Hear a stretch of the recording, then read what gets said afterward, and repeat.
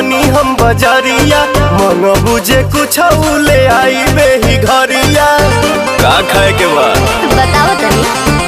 अरे साली हो साली जात बानी हम बजरिया, मन बुझे कुछ ले आई बेही घरिया। दीदिया से कही हो जानी लेबे तू अकेले आई हा। एह जीजा हो लहरी हो दशहरी हो। एह जीजा हो लहरी हो दशहरी हो।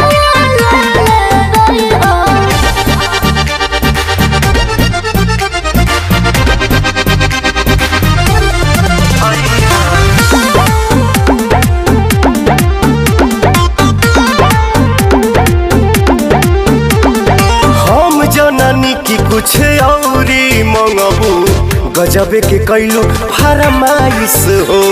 लाली और बाली नहीं हमारा के चाहिए, हम रोटी खाए बाटे चॉइस हो।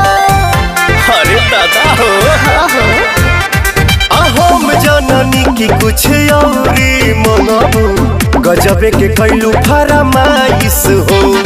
लाली और बाली नहीं हमारा के चाहिए, हम रोटी खाए बाटे चॉइस हो।